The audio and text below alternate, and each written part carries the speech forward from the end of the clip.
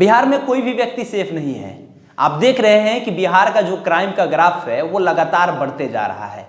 जिस तरह से मुकेश सहनी के पिता का निर्मम हत्या किया गया है, उनके घर में घुस करके और धारदार हथियार से उनको काट दिया गया है, ये देख करके मतलब रूह कांप जाएगा। जो तस्वीर आया है उस तस्वीर को हम दिखा नहीं सकते हैं। इस तरह का मामला आ रहा है दरभंगा से। मुकेश सहनी के बारे में आप जानते होंगे, इतना बड़ा नेता जो बिहार सरकार में पूर्व मंत्री रहे हैं, जो अपने खुद पार्टी चलाते हैं, वीआईपी विकासशील इंसान पार्टी के संरक्षक है, और पूरे बिहार में वो घूम करके तेजस्वी यादव के साथ में लोकसभा में चुनाव लड़ रहे थे। तेजस्वी यादव के साथ में वो 251 रैली किए थे और पूरे बिहार में घूम रहे थे। उनका जनाधार बढ़ रहा था। मुकेश सहनी को मल्लाह समाज के लोग अपना नेता मान रहे थे, और उसके बाद ये खबर आ रहा है अचानक से। किसी को विश्वास ही नहीं हो रहा है, किसी को यकीन नहीं हो रहा है कि आखिर में ये सब कुछ कैसे हो जा रहा है। मुकेश सहनी एक बड़ा नाम, मल्लाह समाज के लिए एक बहुत बड़ा नाम। हालांकि मल्लाह समाज में बहुत सारे नेता हैं, लेकिन मुकेश सहनी का नाम जो आता है वो सबसे टॉप लिस्ट में आता है। और उनके पिता का इस तरह से निर्मम हत्या हो जाना अपने आप में बिहार सरकार के ऊपर में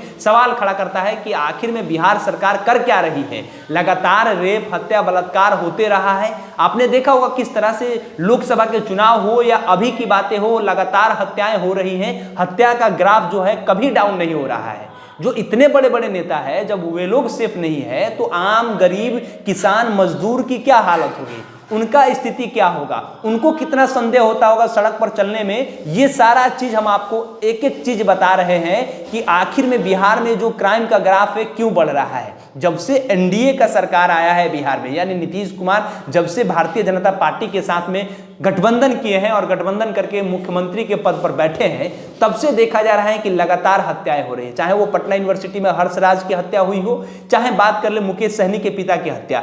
ये एक छात्र नेता की हत्या होती है पटना यूनिवर्सिटी में, दिन दहाड़े पत्थर ईंट से मार करके उनकी हत्या कर दी जाती है। और दूसरे तरफ में देखा जाए तो मुकेश सहनी के पिता की, जिनकी उम्र ज्यादा हो गया है, जीतन सहनी की उम्र की बात कीजिएगा तो लगभग 60 वर्ष से ज्यादा, 65 वर्ष से ज्यादा उनकी उम्र है, और उनका निर्मम हत्या कर दिया जाता है। आखिर में ये सब कुछ क्यों हो रहा है। लगातार पुल का गिरना, इस पे बवाल खड़ा होता है। और ये लोग कहते हैं, जो भारतीय जनता पार्टी के नेता है, चाहे जनता दल यूनाइटेड के नेता है, ये कहते हैं कि 2005 में जंगल राज था। हम पूछना चाहते हैं कि 2005 में जो जंगल राज था, क्या वो 2005 के जंगल राज से ज्यादा ये जंगल राज नहीं है। यहां लगातार ऐसा कोई भी दिन ना होता है, चाहे वो मोतिहारी हो, बेतिया हो, छपरा हो, गोपालगंज हो, सिवान हो, पूर्णिया हो, कोसी हो, सीमांचल हो, मिथिलांचल हो, हर जगह पर हत्याएं हो रही है लगातार। आपने देखा होगा कुछ दिन पहले दाऊदनगर, नबीनगर में किस तरह से एक जो लड़की थी उसके साथ में गैंगरेप कर दिया गया था। उससे पहले आपने देखा होगा मधेपुरा में दिन दहाड़े गोली मार दिया गया था। ऐसा कोई भी बिहार का जिला नहीं है जहां पे हत्याएं नहीं हो रहा है।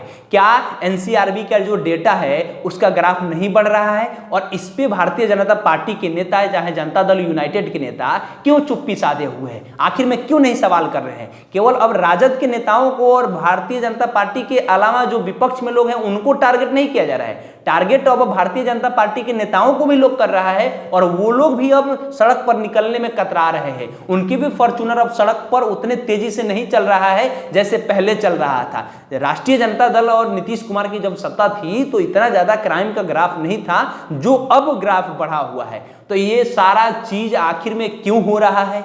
मुख्यमंत्री जी हाथ पर हाथ धरे क्यों बैठे हैं, इस पर संज्ञान क्यों नहीं ले रहे हैं। होम मिनिस्ट्री जब उनके पास में है तो आखिर में इस पे संज्ञान कौन आदमी लेगा। और जो कहा जाता है कि बिहार जो है नीतीश कुमार की जो सरकार है, ना किसी को बचाती है ना किसी को फंसाती है, तो आखिर में इन लोगों को कौन संरक्षण दे रहा है। आप देखे होंगे हाल ही में आपने देखा होगा कि जो छपरा में चंदन यादव का हत्या हुआ था, रोहिणी आचार्य जहां से चुनाव लड़ रही थी, वहां पे एक हत्यारे से मिलने के लिए राजीव प्रताप रूडी जेल में जाते हैं, 3 घंटे तक बैठते हैं, पर्यावरण के नाम पर जेल में जाकर के पूछताछ करते हैं, लेकिन वहां हत्यारों से जाकर के मिलते हैं। तो साफ ये जाहिर होता है कि हत्यारा से मिलना भारतीय जनता पार्टी का मूलभूत काम है। मुकेश सहनी को जब पता चला कि मुकेश सहनी के पिता की हत्या हो गई है तो वो मुंबई में है, मुंबई से वो फ्लाइट लेकर के अभी पहुंचने ही वाले हैं, अभी नहीं पहुंचे हैं, लेकिन वहां के जो प्रशासन है उनके पिता के डेड बॉडी को जो स्थानीय जगह है, स्थानीय सदर अस्पताल है, वहां पे पोस्टमार्टम के लिए भेज दी है।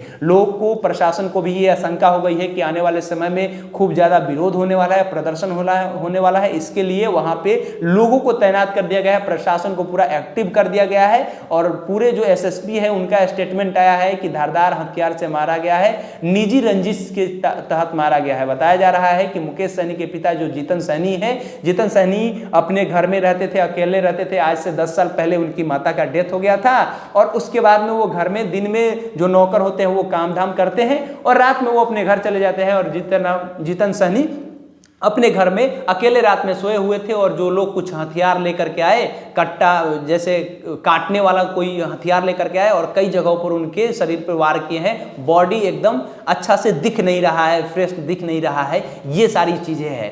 इस पे अब आने वाले समय में क्या होगा क्या नहीं होगा, तेजस्वी यादव कितना साथ रहेंगे मुकेश सहनी के, ये देखने वाली बातें होगी। आपकी क्या प्रतिक्रिया है बताइएगा कमेंट बॉक्स में। हमारा नाम केशव यादव है, पब्लिक स्टेशन आप देख रहे हैं। बहुत बहुत धन्यवाद।